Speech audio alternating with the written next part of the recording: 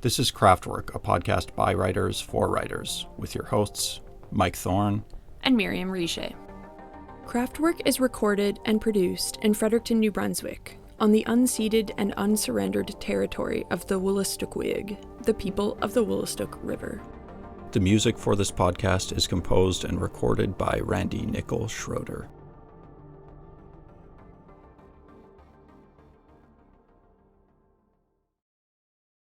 Emily Banks is the author of Mother Water. Her poems have appeared in Plume, Copper Nickel, 32 Poems, The Rumpus, CutBank, Mid-American Review, and other journals. She publishes scholarship on American Gothic literature, runs the Shirley Jackson Society, and is currently editing the Oxford Handbook of Shirley Jackson. She holds an MFA from the University of Maryland and a Ph.D. from Emory University. She lives in Indianapolis and teaches at Franklin College. Welcome, Emily. We're so glad to have you. We thought we would start with Shirley Jackson because that is the kind of common ground for all three of us. You may not know this, but Shirley Jackson is probably the most mentioned author on our podcast.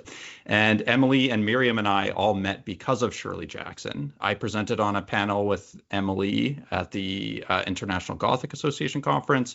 I'm contributing to the Oxford Handbook of Shirley Jackson, which Emily is co-editing. Miriam presented on a panel that Emily chaired, and she's contributing a paper to Shirley Jackson Studies. So there's a lot of Shirley Jackson in our shared world. So I thought I'd ask you, could you tell us a bit about your personal Shirley Jackson journey? What was the first Jackson book you read? Do you have a favorite? And how has her writing influenced yours? Yeah, I love that question. And it's been so great to meet you two and a lot of other people through the Shirley Jackson scholarly community. I feel like it just draws in like such great and interesting people. So that's been so fun. I think my Shirley Jackson journey started in my PhD program, actually. So I might have read, The Lottery or something before that. I definitely heard of her, but in my PhD program at Emory, I had started building an interest in the Gothic and especially American Gothic women authors. I was looking more at kind of Southern Gothic at that point, but then when I was doing my exams list, I read The Haunting of Hill House, and part of my project was looking at queer temporality and using kind of gender and gender studies and queer studies to look at the American Gothic. So Shirley Jackson is kind of, once I read The Haunting of Hill House, I was like, oh, there's some really queer stuff going on here. And so that seemed really perfect for what I was interested in. And that kind of generated my interest in reading more of her work. So I think I read We Have Always Lived in the Castle next, which I love. And that one thing that, it's kind of common through a lot of her work. We Have Always Lived in the Castle is probably the strongest example of having that kind of protagonist that is a woman or a girl who is in some ways evil, but also very likable. And that's something that I really admire in her writing, that kind of ability to show these sort of darker sides of femininity, and especially in a way that feels sort of cathartic, I think. And I just kind of began reading all of her work. That was a point when just sort of Shirley Jackson Studies was just really having a renaissance. And so it was kind of fortuitous for me that I just became interested in her at that point and started presenting on panels and stuff. And then it just kind of took over, it became a full chapter of my dissertation, and now it's really my main focus. My favorite of her novels is Hangs a Man, which I love because, first of all, I think just the academic setting is one that I'm so familiar with and that is so meaningful for me. Thinking about that journey, starting college, my first year of college was a really formative time for me, but also a really crazy time. So I think that it just I really connected with it, and I just love a lot of what she does with illusion, Alice in Wonderland, and Pamela, and all kinds of other things. And just the way she plays with reality, perceived reality, and delusion. And in terms of how she's influenced my writing, I think that I just connect with a lot of her themes. Like a lot of my writing deals with adolescence or girlhood in like a very dark way. And so, I think obviously girlhood is often just sort of like characterized as this very like cute and fun thing, and thinking about the elements of it that are really like disturbing and weird. So that's something that, I admire in her work, and it definitely like feeds into mine. As a poet, I feel like it's really important for me to tap into those things where you're like, you know, this is not going to make me look good. Like, I don't think that you ever want to be like the good guy or this sort of like flawless character in your own poetry. Like that's not an interesting poetic voice to me. So I always feel like there's something about her writing where it's like you have these characters that are so complex, and you're really seeing these things that are almost like unspeakable that are coming through. That's something that I'm interested in, like as a poet, just sort of like how can we present these things that it's like you almost don't want to like admit to having this thought or feeling or something.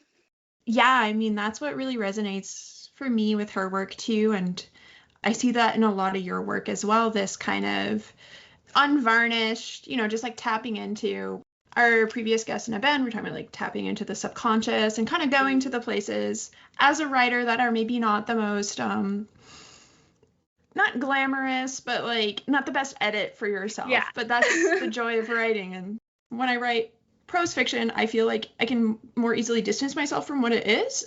And it often is maybe parts of my psyche, but it's like projected onto characters that aren't me. And when I read your poetry, I didn't necessarily think, oh, this is Emily Banks. Like, is that a fear that poets have? Like that people would be more likely to think it's you, like as opposed to the speaker, like, it's not necessarily you. They could be persona poems. I'm just wondering if that's a concern, because that's a concern a lot of writers seem to have. Yeah, definitely. I think that like something that I'll tell my students is I'm like, poetry is great because it's like the one where you don't have to say if it's real or not. If you're writing a memoir, you're like saying this is a genre where this is like true. Whereas if you're, with poetry, it's like technically it could be a persona poem. It doesn't have to be about you, right? But I think people tend to interpret it that way. And so it's definitely something where if I'm reading or, sharing poetry with sort of like a general audience, I don't think about it. But then if it's like somebody closer to me who is hearing it or experiencing it, I'm suddenly like, oh my God, I don't want you to ask me about this, even if it is really me. And I think like in my poems, like the speaker is always me, but it's also kind of like a persona in the sense that it's a certain element of myself or a certain feeling that I've had that might not be like how I'm always feeling, or even in terms of like narrative elements or description, I think like with memory, right? Like there's been a lot of research about how a lot of our memories are not accurate, even if it feels very clear, which definitely relates to like Hang Savannah's those questions of like the realities of the mind and everything. So I think,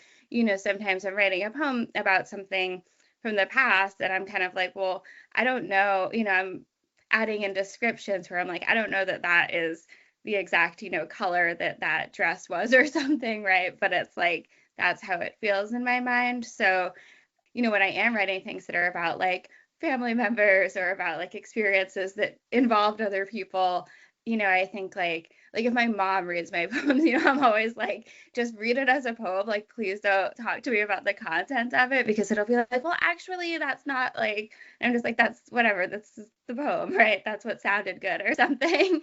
So I think that can be really challenging as a poet, like when people who are in your life are reading your work. And then also because, I'm a professor and I'm also like in academia. So sometimes, if I'm sharing work in a way where like colleagues, it's like, oh, the dean is going to hear this or something, right? Then I have that feeling of like, it's so different than how I might be presenting myself professionally. So I think that also can be kind of like challenging.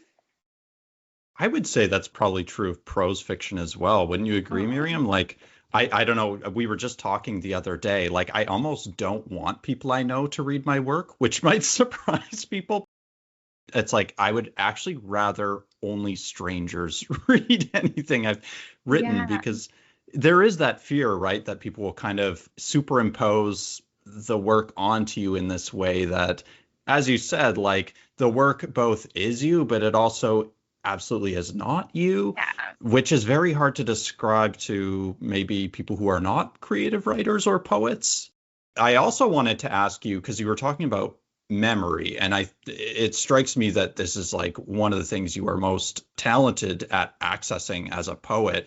I was kind of amazed at the hyper specific kind of sensory descriptions of childhood in Mother Water, part two in particular of that collection. I was just wowed by that. And I was wondering how you go about accessing childhood and adolescent memory so convincingly in your writing. Do you have a certain way of approaching memory as a poet or as a writer? Well, thank you first of all. That's so nice. Yeah, I think so. I think that I have a really good memory, but I'm also sort of self-aware that I might, that I might just have like a good imagination, But I think when I'm trying to access those memories, it's like I really try to just like put myself into that moment.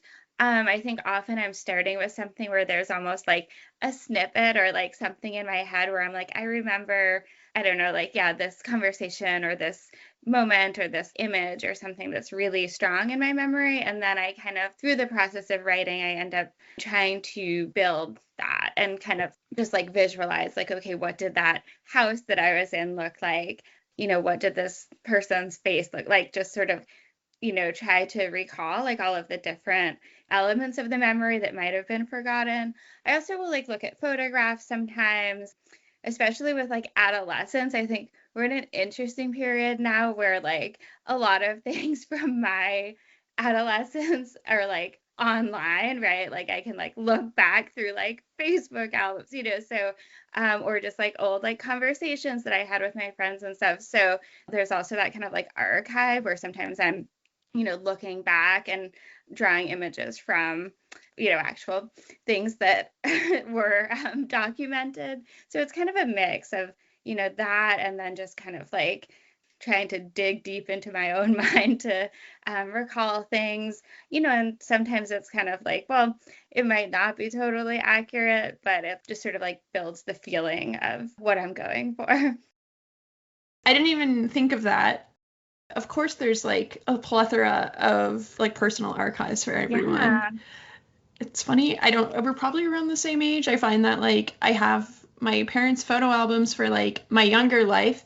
And then there's Facebook, but there's a gap where there was like Pixo sites. So those are all like gone now. So there's almost as if a certain kind of preteen teenager years are like more inaccessible from a technological perspective. Yeah, that's so true. There's like a real gap between those like childhood images and then the like all online era. Yeah.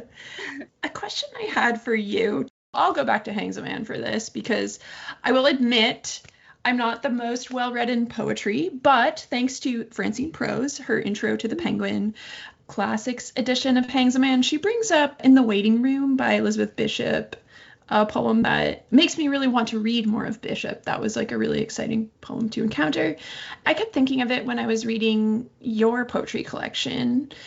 I'm a big fan of the uncanny, and I was delighted by this menace with which you render ordinary objects in your poetry. For example, from your poem Alternatives to Sleep, I really liked these following lines, quote, "They find the dark den chair, the hallway long to pace, the kitchen full of supernatural glow, that hour when the ice makers rattle can jump you from your skin," unquote. And so this image made me think of Bishop's poem, which similarly defamiliarizes a quotidian space, in her case, a dentist's waiting room, to eerie effect. And so I'm curious, Emily, how do you go about defamiliarizing the familiar in your poetry? Oh yeah, that's a great question. I love In the Waiting Room too. I'm such a big fan of Bishop. So I teach Bishop that poem, and also Filling Station is another one of my favorites of hers. And that one is literally just talking about a filling station, but, really, again, kind of defamiliarizing it. And like, that's something that I love to teach because I am always telling students, I'm like, you could write a poem about some like crazy, huge experience you have, but like also, I think writing poetry is a way of seeing and a way of like looking at the world. And so to be a poet, like the poem doesn't begin on the page, right? It begins kind of in the way that you're encountering the world. So I think like seeing things with this eye where you might have seen this object, it might be just sort of like, I don't know, like you're driving by a dumpster and there's something like unique sticking out of it or something, right? Just like noticing things that are a little bit odd or something, but also just like even thinking about something like the ice maker, that we might hear every day, but if you're in a certain mindset, you're going to encounter it differently. If you're feeling super anxious and then you keep hearing that sound, it's going to make you kind of like jump. Otherwise, you might not even notice it. So thinking about the way we encounter things, that it's always sort of telling us more about the speaker than about, just the object itself.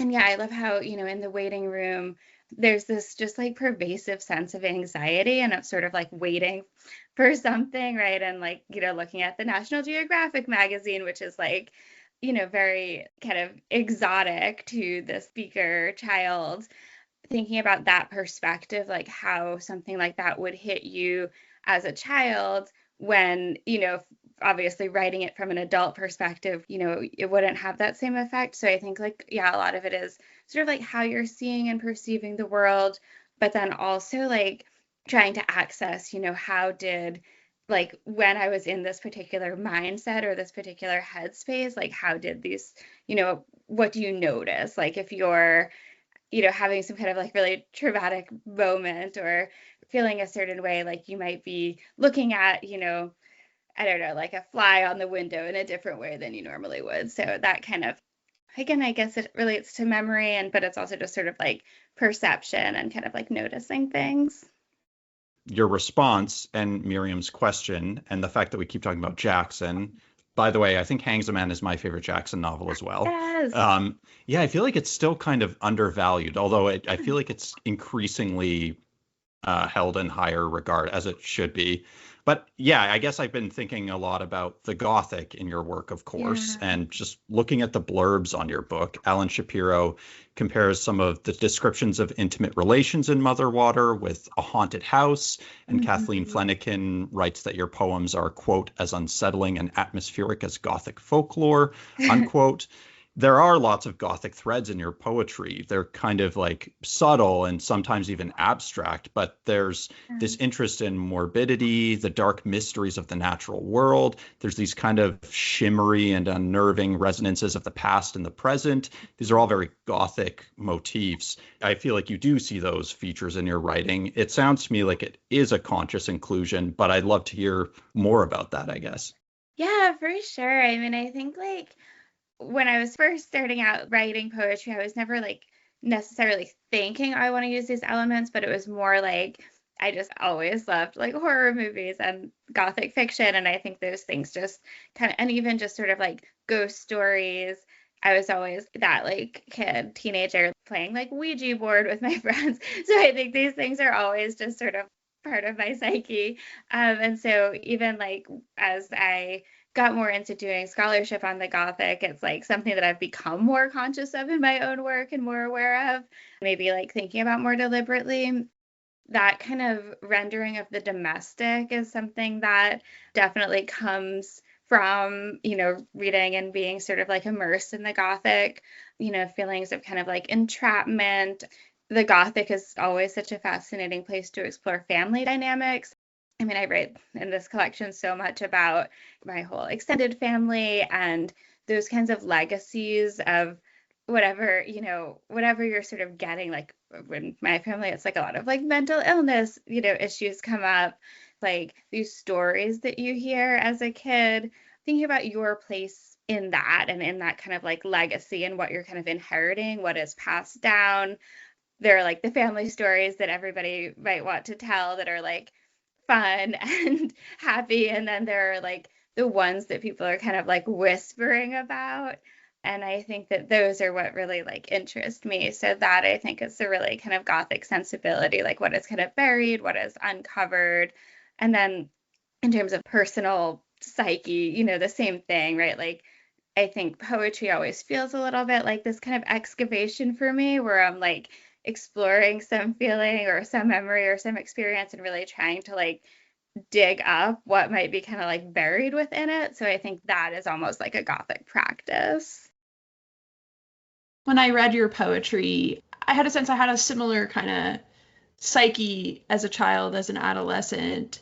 I mean, it makes sense. Once again, we all like Jackson. There's something there, I think. What she does really well and what you really do well too is like playing with this fine line between what I would call like thrill and danger, which I think is especially typical of like people who grow up as women because the world is so dangerous. I mean, it's dangerous for everyone, but there's like the fear, like for me growing up, sometimes the things that older people would say, like my parents or my friends' parents, to frighten me, to make sure that I stayed away from strangers or whatever, would actually like be kind of exciting and it would make me more curious. You have some of that going on. Like I really liked your poem Tacos about these two 11-year-old girls who run into this man who offers them tacos, and this is kind of secret. They've spoiled their dinner, but they don't want to say they had this kind of thrill ride. And you really summed it up well in this dynamic in your poem Manhunt. Once again, to quote from your poem, you wrote, "I heard them hollering out when they caught each other, the gleeful fear of waiting to be found, wanting it almost, then shrieking away through the brambles of the night." I really liked this term, gleeful fear. Like I said, a lot of my experiences and my writing explores that kind of dynamic and that tension.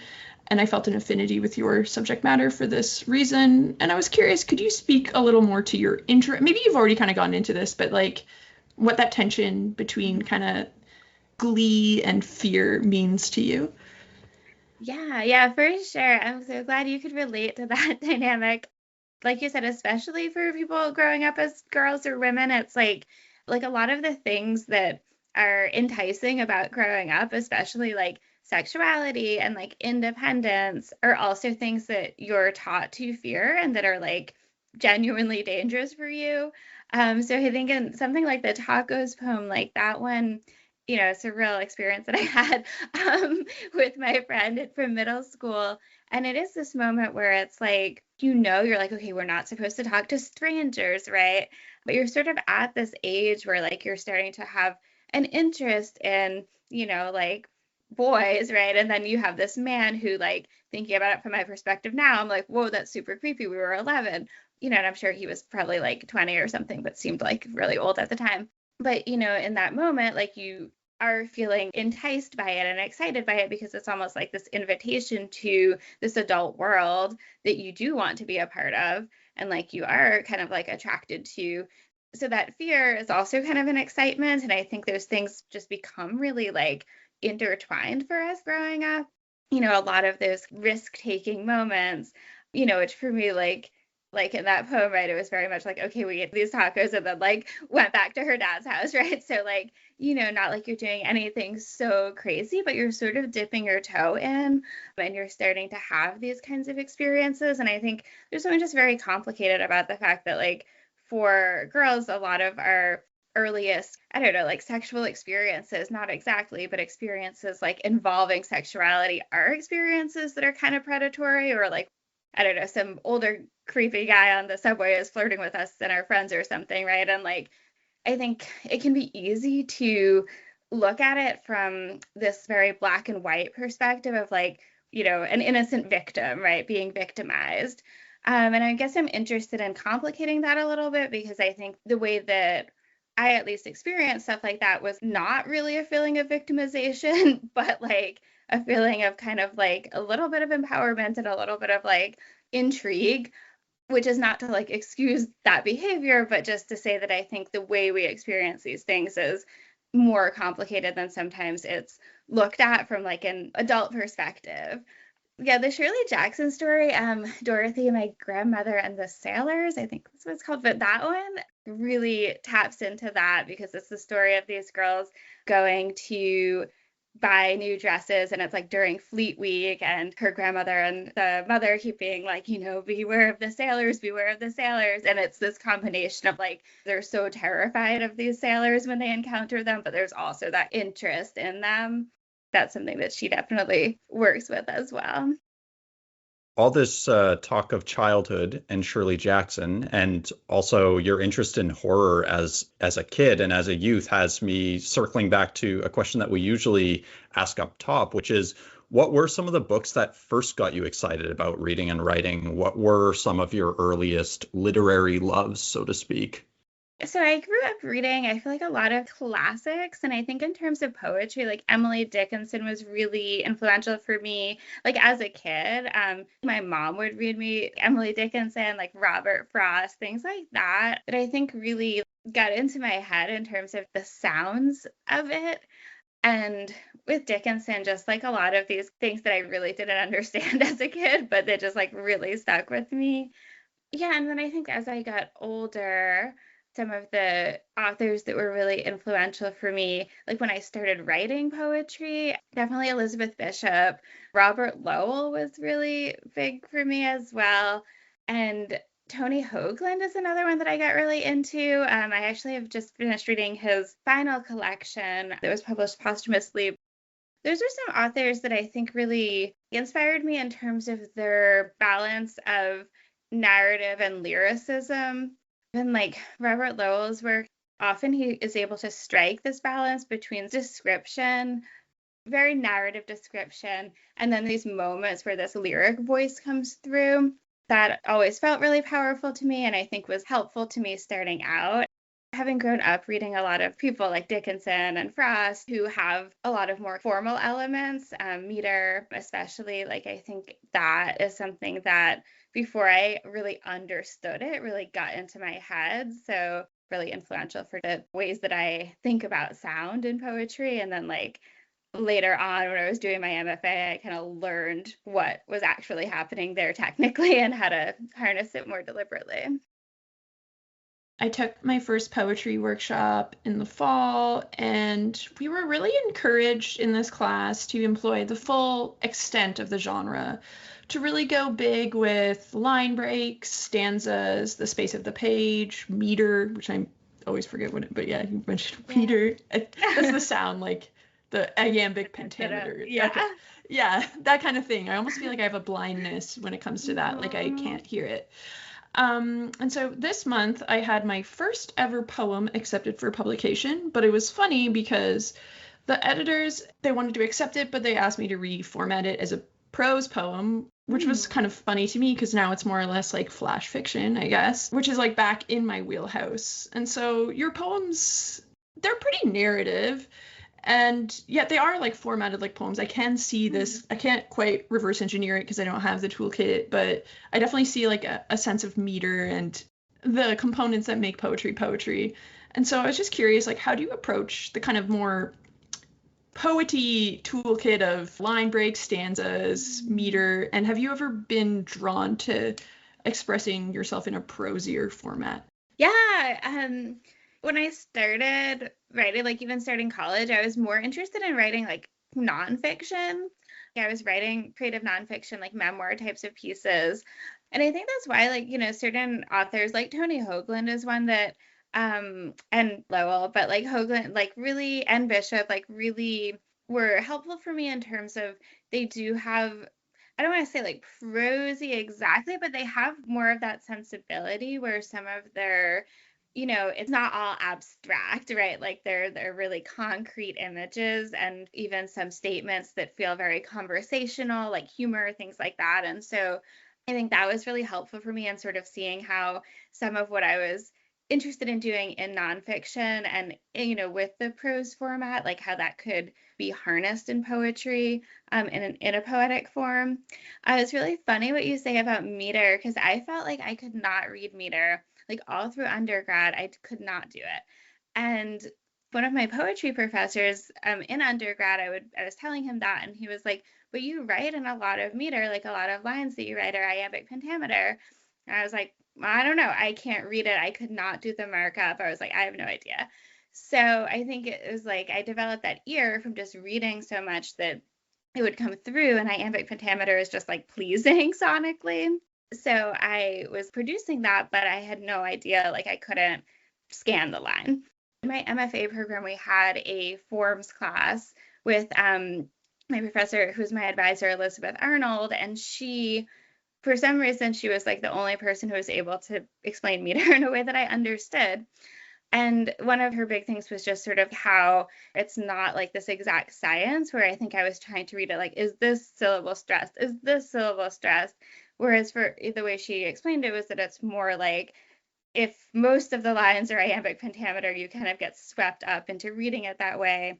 And then what's the most interesting part is that there's always some kind of variation. And so it's like you're setting up an expectation through using a particular meter, and then when you vary it, that has like kind of a striking effect or something. It could be jarring, it makes that line stand out, right? I think a lot of what I'm writing now, it's not in meter, but then it's like a line of iambic pentameter will really like hit in a strong way if it's the rest of the poem is not necessarily in like a perfect meter. So it's something that I play with a lot, and that I think like now I'm more deliberate about how I'm playing with it, or I can think about it more, but it's also just sort of something that you get a feel for. The same thing with line breaks. I mean, I think I do a lot of just like reading poems out loud and, really pausing at those breaks and then thinking about, both how it looks on the page, but also just where you want those natural pauses, when you want the pause to feel natural and when you might want the pause to actually be startling or something. When I teach poetry, I make my students do all these different forms. Like they have to write a sonnet, they have to try a repetitive form, like a pantoum or villanelle. The way you describe it as a toolkit is what I always say. I'm like, it's not to say that formal poetry is somehow superior to free verse or something. It's just that like you learn these tools, and then maybe, the next poem you write, you're going to be thinking about the sound of the rhythm of a line in a different way, or you'll be thinking about using repetition, even if it's not a formal repetitive style. So learning those things is so great for just developing your toolkit. And then after a period of time, it becomes more natural, where you might not even be thinking about it, but you just sort of have all of those devices, up your sleeve. That's all fascinating, and I can relate to the struggle to read meter as an undergrad. I feel like I still struggle with it, but it's interesting because while reading Mother Water, I was thinking, even as a prose writer, I really should devote more time to reading poetry, because talented poets such as you find so many ways to bend and expand language that might not seem as readily reachable in prose fiction. Like, I was just struck by, there's so many lines, but for example, something like your description of shadows thickening in the poem How You Know. That's just one example. It's just such a surprising and vivid verb choice. How do you think about language as a poet? What can poetry do with language that maybe other forms can't? We have often like this sort of familiar verb and noun combinations, right? It's like, what does a shadow do? What does this do? Again, I guess it's a defamiliarization type of thing, where I'm like trying to get away from, like, okay, what would be the most obvious verb choice here? Oftentimes what comes to your mind might just be something so familiar that you've heard so many times, but then I'm asking myself, okay, but what does this really feel like to me, right? And in this case, the idea of like a shadow thickening might not be like how you would always hear a shadow described, right? But like I'm sort of trying to get out of like the thing that just pops into my head because it's the term or the phrase that I've always heard, and then being like, but what does that really look like or feel like? Using a verb that might not be the one that you always expect. I think it also just does something to our brains, where we're like picturing it, visualizing it more than we would if it's like a familiar expression. Those kinds of unusual combinations and like ways of playing with language, I think like it's something that I love about reading poetry. It is a kind of like precision, where I'm like, but what is it exactly that I want to get across in terms of this visual or this kind of sensory image? The effect that that kind of thing has on readers, it wakes us up a little bit. We're like actually picturing what that looks like, instead of, like the sun sets, right? There are a lot of things that are part of our just normal parlance that are actually metaphorical. But when you say like the sun sets, right, I'm not really like thinking about what does the verb set mean, right? I'm not really like thinking about that. I'm like, okay, I know what a sunset looks like. So I think just changing the verb or something, it makes us really visualize things in a different way. I have a background in like information studies. I took web design courses, and my professors used to talk about like right rail blindness, like back in the day when all the ads were like in the right hand of the screen. And that's how I feel when I see something like the sunset. It's like your brain kind of glosses over it because it's too familiar. It can't really pick it up. It's blind to it. So, of course, much like you, much like Mike, much like any writer I know, you're always trying to like reinvent the wheel in a good way, but sometimes it can be a bit much. I was really struck by your what I would call a linguistic restraint in your poetry. So to illustrate, sometimes you take the simpler, more obvious route, and it's actually like kind of jarring in its simplicity. So to quote from your poem Infractions, you write, I don't know why I've been thinking about those mushrooms you see in children's books, the bright red ones, perfectly round with white polka dots, unquote. Obviously, that's like, I think it's called like the fly agaric, whatever that mushroom is. We all know it from our childhoods. And I think that so many writers would be tempted to take that object, that mushroom, and to get kind of Baroque with it. But in going simple, I think you really perfectly captured the essence. I do some reading for various magazines, and when I work through slush piles, I don't want to knock anyone for their style, but I do find myself experiencing a longing for plainness in language, not necessarily like the sunsets, but just like something more concrete and simple in terms of like the word itself.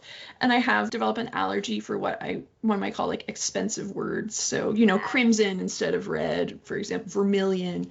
And I'm curious, do you have any of your own allergies when it comes to vocabulary? Are there certain types of words that you try to avoid using? Oh, that's such a good question. I think I have kind of like what you just said, really similar, where like sometimes the simpler word is the best choice. When I'm reading poetry, I think if things are just like too abstracted, which I think is kind of like similar to that expensive language idea, I really crave concrete imagery and something that I can kind of latch onto. And also, like, if something feels very abstracted and if the poetic voice feels very like detached, I guess, that is something I feel a little bit allergic to. I think, like, if everything feels abstract and sort of like maybe like overly intellectual is what I'm thinking about, if I can hear the poet intellectualizing on the page, I don't really like that. I think for me, it's like I want like the reader of the poem to be left kind of like thinking about it for a while, but I want it to kind of like strike you, right? Like I want like read it and like, yeah, you can see that mushroom. And then maybe, you're sort of like still thinking about the poem, right? Like I love if I read something and it just kind of strikes me and I feel something and then, maybe I keep rereading it or keep going over it in my head and I'm like thinking about why it felt so striking to me, as opposed to when I can kind of like see what the poet's doing a little, like when I feel like they're just sort of trying to make a theoretical point or something and then I'm like, well, just write an essay about this, And you maybe already answered this in your answer just now, but you had me thinking about the effect that you described Anne Sexton's The Truth the Dead Know had on you as a teen poet. You once said in this like brief little capsule interview, quote, when I read this poem, I feel it physically, like my heart rate is affected by each line. Knowing that words could do that fueled my determination to be a poet when I was younger, and it's a nice reminder for myself now, unquote. I love this description that you have of a kind of like visceral reaction between the poem and the reader. And this is also something that I seek as a reader and as a writer. And your poems are very thematically rich and sophisticated, but would you say, I mean, it's hard to draw these kinds of clean distinctions, but do you see yourself more as an emotional poet than a quote unquote cerebral poet? Yeah, I would say so for sure. I think that I am usually working from a place of emotion, and I think like wanting to, like, what often is like driving me to write is, having some feeling where I'm like trying to, I don't know, like work out like what is this feeling and trying to like put it on the page. And what is really like rewarding to me as a writer too is like when people will be like say that they relate to something or that something resonates with them, because I think there's something just like about being able to put some kind of feeling that feels really like unique and bizarre into words, like if I can do that, like first of all, it's like very satisfying for me. I feel like I could be having like the worst ever feeling of my life, and then if I write a poem that like captures it, I'm like, oh, I feel great now. And then I'm like sharing this poem and I'm like, no, I'm fine, this is great. But there's something so satisfying about being able to communicate a feeling, and then if somebody is like, oh, I felt that too, that's just like also so kind of like rewarding and feels so meaningful. And I think like the cerebral elements are definitely there, but not, yeah, I'm not really writing a poem thinking about that. Which is funny because like I'm a critic as well, so it seems like I would be more doing that, but I think it's more like I write the poem and then it's more in my revision process that I'm thinking about it from a more cerebral angle, and I'll be like reading my own poem and like analyzing it, and I'm like, oh wow, there's all this stuff in here, which is also what makes like workshop and having other readers helpful. But then in the revision process, oftentimes I'm like, okay, so this is this kind of concept that I'm maybe getting across that I can like try to sharpen or work with more. And then that's kind of, part of the like polishing process. This might be like a nerdy or like intrusively technical question, Yeah, but I guess it's about revision. To share my own technique and what I'm curious about from you, like I recently read The Sentence is a Lonely Place by Gabrielle Lutz, and she talks a lot about, she's really into like consecution and finding words that have like internal, not necessarily like I try to avoid alliteration now, but I try to find like, I don't know what the word would be, like internal rhyme, I guess. Yeah. And so I have an Apple computer. I love the thesaurus. I often just look at the thesaurus until I find a word that has like the right letters in it that's like a synonym for something else, which I think is kind of, I guess, cheating in a way, because I like to think I'm tapping into my subconscious when I do this, but I'm actually just like, do you have any kind of like purely technical revision or like composition where you're like really getting into the like atomic nuts and bolts of language or imagery? Oh, yeah, for sure. I definitely do that with the thesaurus as well. I just like read my poems aloud a lot, and that's like, a lot of how I kind of like pinpoint if there's a moment that I'm like, this isn't sounding right or something that just doesn't feel perfect. And so there are always lines that I will be, like just like looking for the right word for like a week or something, just going over it in my mind. And that is often like, yeah, that combination of like wanting the right meaning and the right sound. And that can be really hard to find. Sometimes it's like, okay, this is the word that I want, right? But it's one too many syllables or something. Yeah, so often playing with like what you said with internal rhyme or, any kind of rhyme or sounds. Sometimes I'll really want like a full rhyme for the final line or something to have like more of an impact. And so I'm looking for that word that will work and like not sound forced, but, have the same meaning while also having the sound that I want. Sometimes it's a matter of thinking about meter and wanting something to fit into an iambic pattern, or otherwise wanting it to be a little bit more jarring in a line or something like that, right? So often, yeah, thinking about that combination of a word with a word that carries the same meaning but has the sonic elements that I want. And that's something that I will just like be going over in my head so much. And often it will just like come to me at a random time and I'm like, okay, that's the word. But then also with like line breaks, I play with that a lot. Like I'll be like rereading the poem and just thinking about pauses, but then also, I think people receive poetry differently depending on if you are reading it out loud, or like if I'm reading something, I'm like hearing the words in my head, but not everybody reads like that. So there's also the sort of like how it looks on the page element. So like I'll kind of think about that and play around with line breaks and think about sometimes you want that longer line. Sometimes it's like, you want it to feel more like kind of breathy when you're reading it. So playing with that kind of like mix of line lengths is always really, yeah, something that I do a lot. I think like endings and beginnings are often places where I'm really playing with a lot in revision.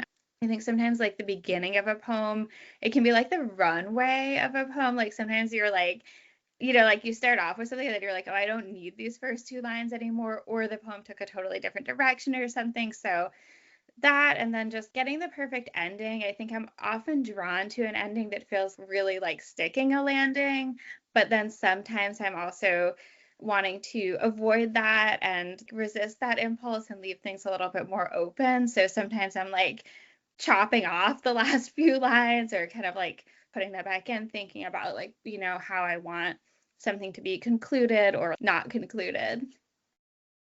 I'm trying to think of a way to tie this in, but I guess it builds off a lot of what we're talking about, that balance between the cerebral and the emotional, your perspective as both a critic and as a poet. You're an assistant professor of English and creative writing at Franklin College. You're also president of the Shirley Jackson Society. You're a managing editor of the Shirley Jackson Studies Journal. You're a prolific scholar and you're a productive poet. This is a big question, but how do you find a balance between your creative and academic endeavors? How do you keep all of that sorted? How do you find Yeah. that balance?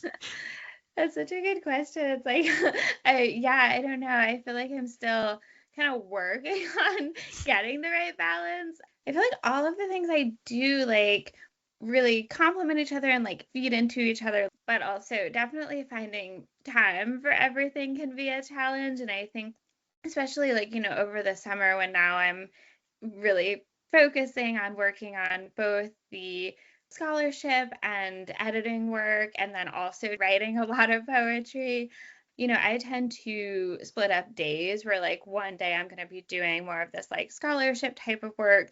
Another day I'm going to be just focusing fully on poetry.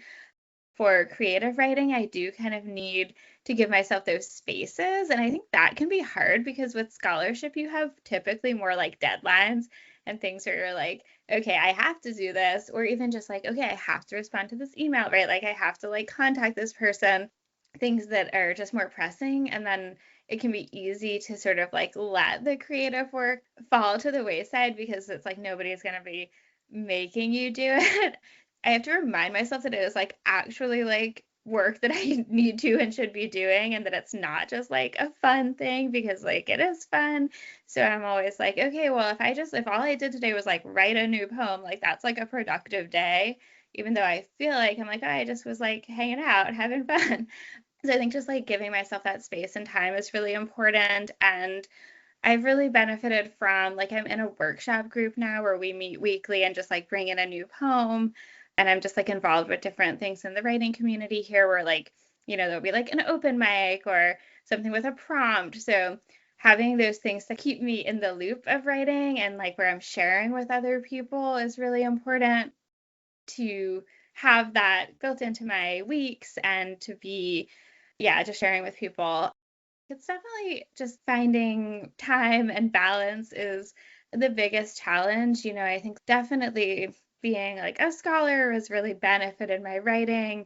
I think being a poet and then working on like scholarship is actually very funny because I feel like I'm so obsessive about sentence level things in a way that is sometimes difficult when you're doing like either editing where I'm like, this sentence doesn't sound good. And I'm like, really, and I'm like, okay, maybe it's not that important. But I also think it still is. Like, I think that I'm sure you all have read a lot of scholarship that is like not enjoyable to read. And it does make a difference. And so I think like having that creative writing background actually is really helpful for, I'm sure, I'm preaching to the choir for you too, right? But where like it is important, like you do want it to sound good, flow nicely. There's no reason why someone shouldn't be enjoying reading the prose of your essay or something, right? But I think sometimes we can be too like forget about that when writing scholarship. So I think it's really nice when they can be combined. I feel like there was a point in time where like a lot of poets and creative writers were also doing criticism, and that was so much more common, and like it's become more separated in a way with just like the modern academy. And so I always am really excited when I meet other people who are doing both. They do really feed into each other, and it is just a matter of like finding the time. First of all, I wholeheartedly agree with you. I do think that the craft of scholarship and criticism is really deceptively important. Going back to Gabrielle Lutz's The Sentence is a Lonely Place, I believe she analyzes on a linguistic level some journalism. And so I find myself thinking about like, I don't know whether to call it like neuroscience or just the subconscious a lot. Like I do think that the brain responds to certain magic in writing, whether like it keeps you reading, and I do think it matters more than I used to think before I got more into creative writing. And this ties nicely into my next question for you, because we're kind of talking about like the magic of language, the magic of writing. And so I don't know about you, but one thing I'm always working on in my own writing practice is not getting too superstitious or ritualistic about my writing. You're talking about like, making space, making time. There's like a certain, it's like sports psychology sometimes, like psyching yourself up for it. And so I've had some more benign, some less benign superstitions. Recently, it's summertime and been watching some reality TV and see a lot of people drinking White Claws. So I got really into like having an afternoon White Claw while writing, and I'd be like, this is going to fix it. I'd be like, if I don't have the White Claw, I won't be able to hit my word target. Yeah, and I've still recently been like, okay, Miriam, you don't need the White Claw. Like, you can hit 1,000 words without it. And I'm wondering if you have any kind of like superstitions or rituals that work for or against you when it comes to any of your writing. It doesn't have to be your creative writing, it can also be scholarship.